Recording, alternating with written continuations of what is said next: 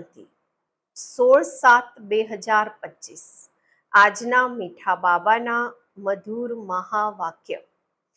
મીઠા બાળકો, જે સર્વની સદગતિ કરવાવાળા જીવન મુક્તિ દાતા છે, એ તમારા બાપ બન્યા છે. તમે એમના સંતાન છો, તો કેટલો નશો રહેવો જોઈએ? પ્રશ્ન છે, કયા બાળકોની બુદ્ધિમાં બાબાની યાદ નિરંતર નથી રહી શકતી? ઉત્તર છે, જેમને પૂરેપૂરો નિશ્ચય નથી, તેમની બુદ્ધિમાં યાદ રહી નથી શકતી. અમને કોણ શીખવાડી રહ્યા છે? આ જાણતા નથી તો યાદ કોને કરશે? જે યથાર્થ ઓળખીને યાદ કરે છે, તેમના જ વિકર્મ વિનાશ થાય છે. બાપ સ્વયં જ આવીને પોતાનો અને પોતાના ઘરનો યથાર્થ પરિચય આપે છે. ઓમ શાંતિ. હવે ઓમ શાંતિનો અર્થ તો સદૈવ બાળકોને યાદ હશે. આપણે આત્મા છીએ, આપણું ઘર છે નિર્વાણ ધામ અથવા મૂળ વતન.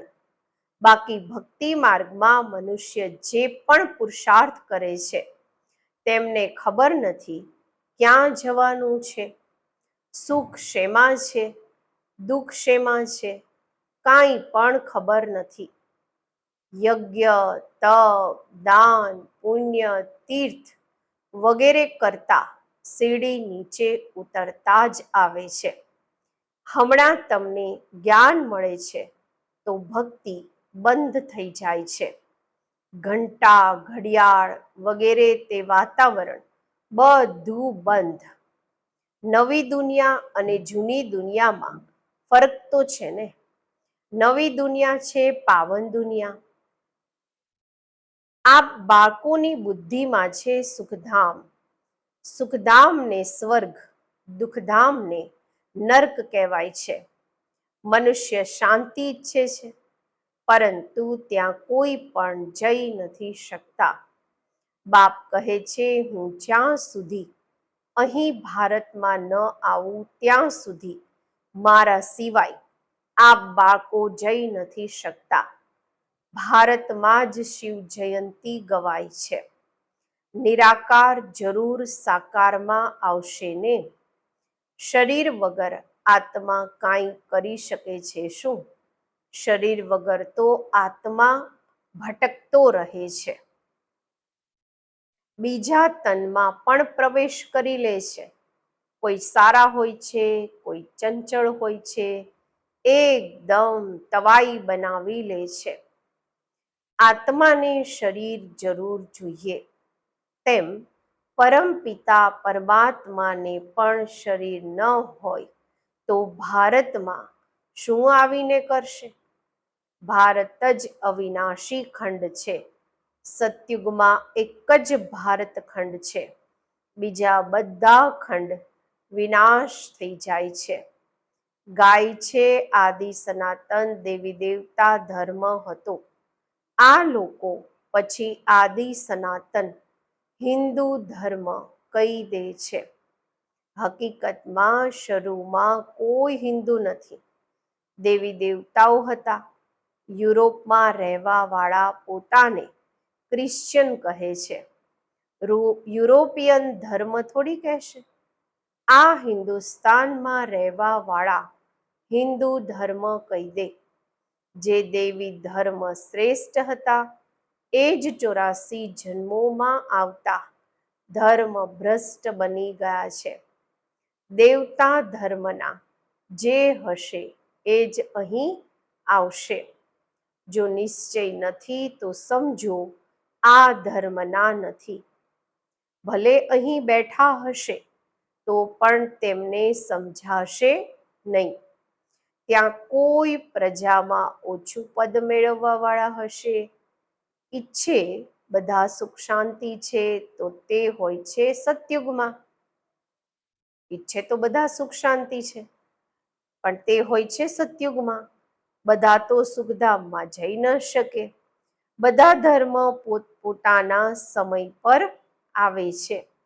અનેક ધર્મ છે. ઝાડની વૃદ્ધિ થતી રહે છે. મૂળ થડ છે દેવી દેવતા ધર્મ. પછી છે 3 ટ્યુબ, 3 શાખાઓ. સ્વર્ગમાં તો આ હોઈ ન શકે. દ્વાપરથી લઈને નવા ધર્મ નીકળે છે. આને વેરાયટી હ્યુમન ટ્રી કહેવાય છે. વિરાટ રૂપ અલગ છે. આ વેરાયટી ધર્મોનું ઝાડ છે. વિવિધ ધર્મોનું ઝાડ છે. અનેક પ્રકારના મનુષ્ય છે. તમે જાણો છો કેટલા ધર્મ છે? સતયુગ આદિમાં એક જ ધર્મ હતો. નવી દુનિયા હતી. 12 વાળા પણ જાણે છે ભારત જ પ્રાચીન સ્વર્ગ હતું. ખૂબ સાહુકાર હતું. એટલે ભારતને ખૂબ માન મળે છે. કોઈ સાહુકાર ગરીબ બને છે તો તેના પર તરસ ખાય છે, રહેમ આવે છે. બિચારું ભારત શું થઈ ગયું છે? આ પણ ડ્રામામાં પાર્ટ છે. કહે પણ છે સૌથી વધારે રહેમદિલ ઈશ્વર જ છે અને આવે પણ ભારતમાં છે. ગરીબોને જરૂર સાહુકાર જ ગરીબો પર જરૂર સાહુકાર જ રહેમ કરશે ને. બાપ છે બેહદના સાહુકાર, ઊંચામાં ઊંચા બનાવવા વાળા. તમે કોના બાળક બન્યા છો તે પણ નશો હોવો જોઈએ. પરમ પિતા પરમાત્મા શિવના આપણે સંતાન છીએ. જેમને જ જીવન મુક્તિ દાતા, સદગતિ દાતા કહેવાય છે. જીવન મુક્તિ પહેલા સતયુગમાં હોય છે. અહીં તો છે જીવન બંધ. ભક્તિ માર્ગમાં પુકારે છે બાબા બંધનથી છોડાવો. હવે તમે પોકારી ન શકો. તમે જાણો છો બાપ જે જ્ઞાનના સાગર છે એ જ વર્લ્ડની હિસ્ટ્રી જ્યોગ્રાફીનો સાર સમજાવી રહ્યા છે. નોલેજફુલ છે. આ એટલે કે બ્રહ્મા બાબા તો સ્વયં કહે છે હું ભગવાન નથી. તમારે તો દેહથી ન્યારા, દેહી અભિમાની બનવાનું છે. આખી દુનિયાને, પોતાના શરીરને પણ ભૂલવાનું છે. આ ભગવાન નથી. આને કહેવાય જ છે બાપ દાદા. બાપ છે ઊંચામાં ઊંચા. આ પતિત જૂનું તન છે. મહિમા ફક્ત એકની છે. એમની સાથે યોગ લગાવવાનો છે. ત્યારે જ પાવન બનશો, નહીં તો ક્યારેય પાવન બની નહીં શકો. અને અંતમાં હિસાબ કિતાબ ચૂકતું કરી સજાઓ ખાઈને ચાલ્યા જશો. ભક્તિ માર્ગમાં હમ સોહમનો મંત્ર સાંભળતા આવ્યા છો. હમ આત્મા સો પરમ પિતા પરમાત્મા સોહમ આત્મા. આ જ ખોટો મંત્ર પરમાત્માથી બેમુખ કરવા વાળો છે. બાપ કહે છે બાળકો પરમાત્મા સોહમ આત્મા કહેવું આ બિલકુલ ખોટું છે. હવે આ બાળકોને વર્ણોનું પણ રહસ્ય સમજાવ્યું છે. હમ સો બ્રાહ્મણ છીએ, પછી હમ સો દેવતા બનવા માટે પુરુષાર્થ કરીએ છીએ. પછી હમસો દેવતા બની ક્ષત્રિય વર્ણમાં આવીશું. બીજા કોઈને થોડી ખબર છે આપણે કેવી રીતે 84 જન્મ લઈએ છીએ, કયા કુળમાં લઈએ છીએ. તમે હમણાં સમજો છો આપણે બ્રાહ્મણ છીએ. બાબા તો બ્રાહ્મણ નથી. તમે જ આ વર્ણોમાં આવો છો. હવે બ્રાહ્મણ ધર્મમાં એડોપ્ટ કર્યા છે. શિવ બાબા દ્વારા પ્રજાપિતા બ્રહ્માના સંતાન બન્યા છો. આ પણ જાણો છો નિરાકારી આત્માઓ અસલમાં ઈશ્વરીય કુળના છે. નિરાકારી દુનિયામાં રહેવા વાળા છે. પછી સાકારી દુનિયામાં આવે છે. પાર્ટ ભજવવા આવવું પડે છે. ત્યાંથી આવી પછી આપણે દેવતા કુળમાં 8 જન્મ લીધા. પછી આપણે ક્ષત્રિય કુળમાં, વૈશ્ય કુળમાં જઈએ છીએ. બાપ સમજાવે છે, તમે આટલા જન્મ દેવી કુળમાં લીધા, પછી આટલા જન્મ ક્ષત્રિય કુળમાં લીધા. 84 જન્મોનું ચક્ર છે. તમારા વગર આ જ્ઞાન બીજા કોઈને મળી ન શકે. જે આ ધર્મના હશે એ જ અહીં આવશે. રાજધાની સ્થાપન થઈ રહી છે. કોઈ રાજા રાણી, કોઈ પ્રજા બનશે. Suryavanshi Lakshmi Narayan the first, second, third, 8 ગાદી ચાલે છે. પછી ક્ષત્રિય ધર્મમાં પણ ફર્સ્ટ, સેકન્ડ, થર્ડ એમ ચાલે છે. આ બધી વાતો બાપ સમજાવે છે. જ્ઞાનના સાગર જ્યારે આવે છે તો ભક્તિ ખલાસ થઈ જાય છે. રાત સમાપ્ત થઈ દિવસ થાય છે. ત્યાં કોઈ પણ પ્રકારના ધક્કા નથી હોતા. આરામ જ આરામ છે. કોઈ હંગામા નથી, તોફાન નથી.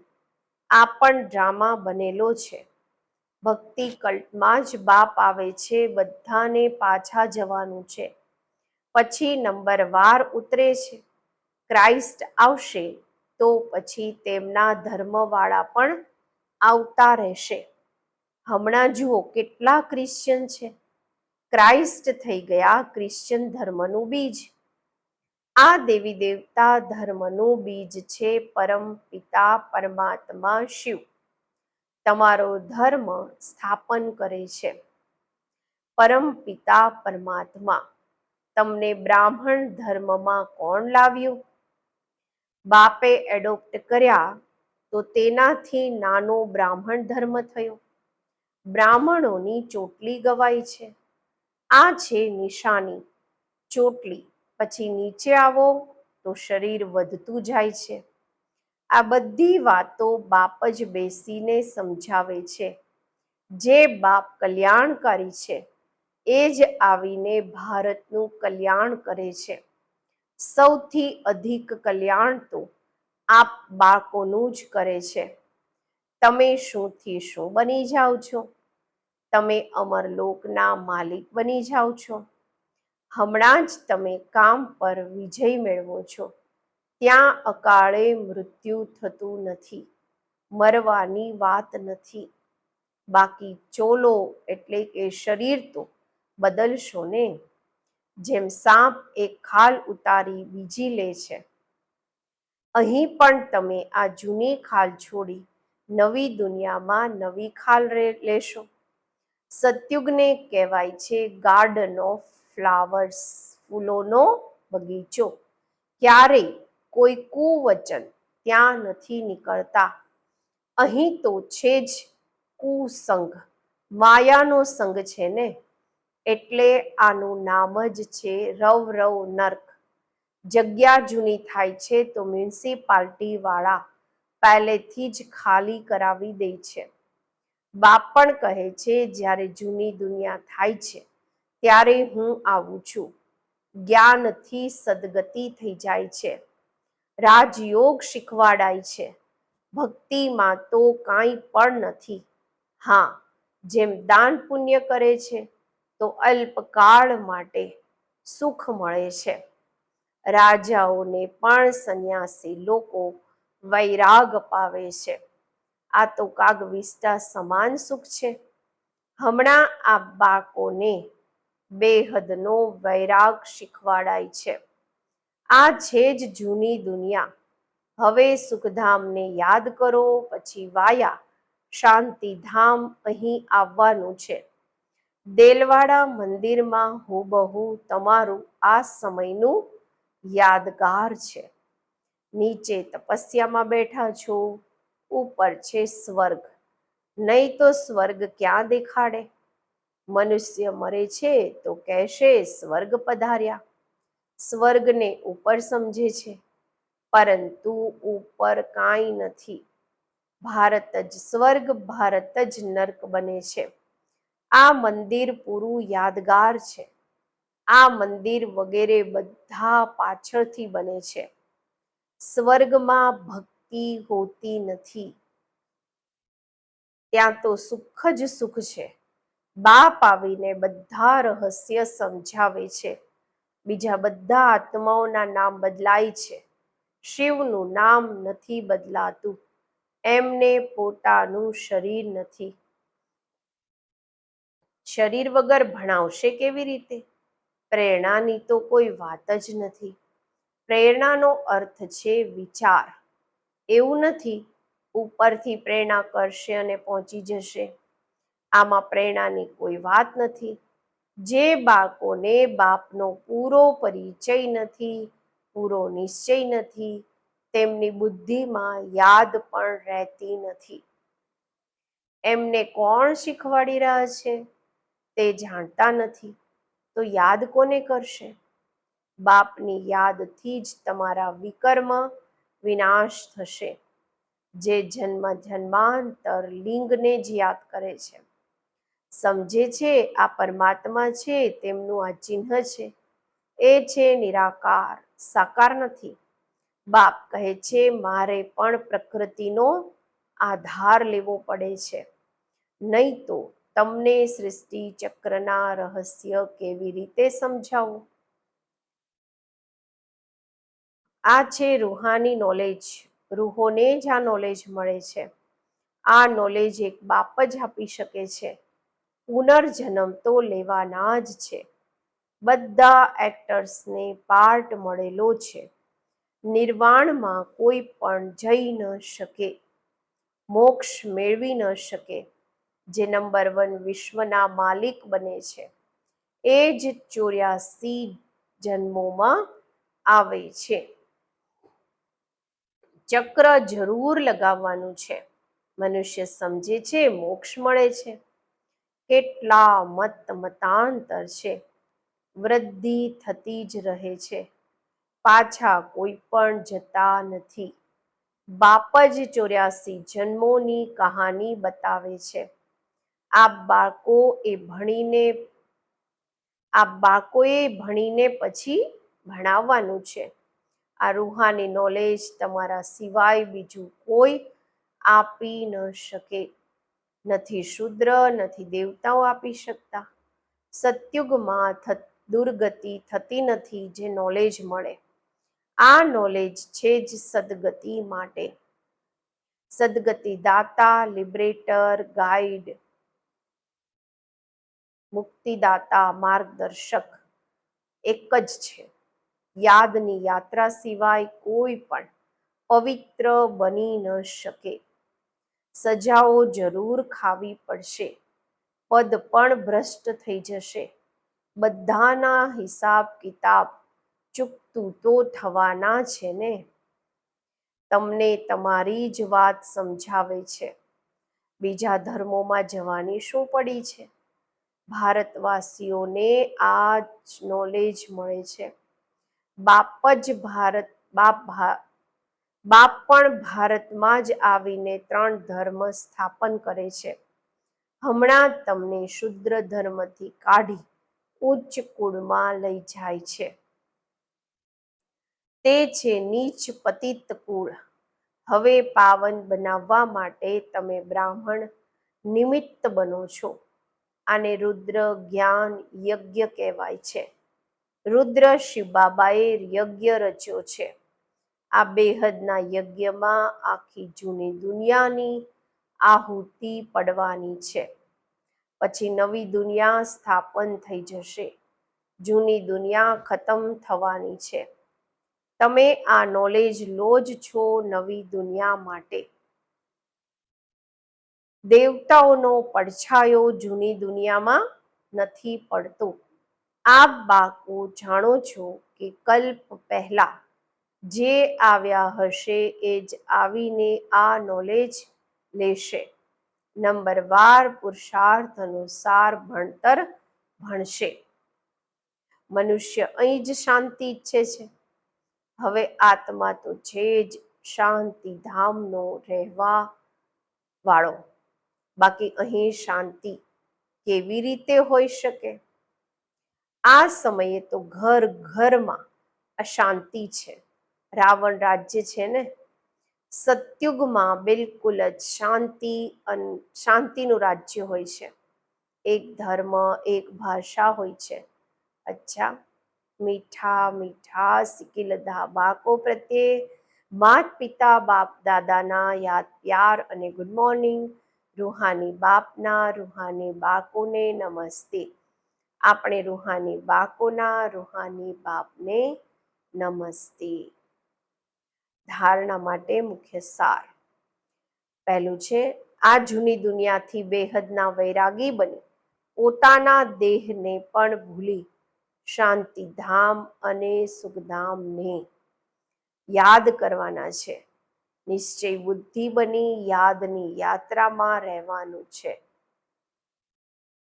બીજું, હમ સો સોહમના મંત્રને યથાર્થ સમજીને હવે બ્રાહ્મણ સો દેવતા બનવાનો પુરુષાર્થ કરવાનો છે. બધાને આનો યથાર્થ અર્થ સમજાવવાનો છે. આજનું વરદાન, અંતર્મુક્તાના અભ્યાસ દ્વારા અલૌકિક ભાષાને સમજવાવાળા સદા સફળતા સંપન્ન ભવ. જેટલા બાળકો અંતર્મુખી સ્વીટ સાયલેન્સ સ્વરૂપમાં સ્થિત થતા જશો, એટલા નયનોની ભાષા, ભાવનાની ભાષા અને સંકલ્પની ભાષાને સહજ સમજતા જશો. આ 3 પ્રકારની ભાષા રૂહાની યોગી જીવનની ભાષા છે. આ અલૌકિક ભાષાઓ બહુ જ શક્તિશાળી છે. સમય પ્રમાણે આ 3 ભાષાઓ, બાબા કહે છે, 3 ભાષાઓ દ્વારા જ સહજ સફળતા પ્રાપ્ત થશે. એટલે હવે રૂહાની ભાષાના અભ્યાસી બનો.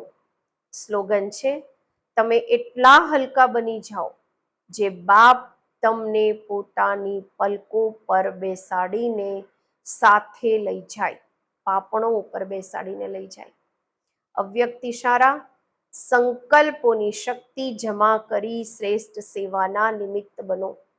વર્તમાન સમય વિશ્વ કલ્યાણ કરવાનું સહજ સાધન પોતાના શ્રેષ્ઠ સંકલ્પની એકાગ્રતા છે. એનાથી જ સર્વ આત્માઓની ભટકેલી બુદ્ધિને એકાગ્ર કરી શકશો. વિશ્વના સર્વ આત્માઓ વિશેષ આ જ ઈચ્છા રાખે છે કે ભટકેલી બુદ્ધિ એકાગ્ર થઈ જાય અથવા મન ચંચળતાથી એકાગ્ર થઈ જાય. એના માટે એકાગ્રતા અર્થાત સદા એક બાપ બીજું ન કોઈ, આ સ્મૃતિથી એકરસ સ્થિતિમાં સ્થિત થવાનો વિશેષ અભ્યાસ કરો. ઓમ શાંતિ.